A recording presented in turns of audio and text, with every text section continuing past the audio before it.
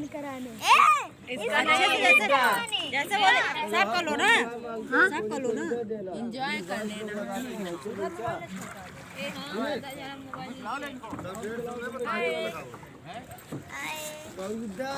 हाँ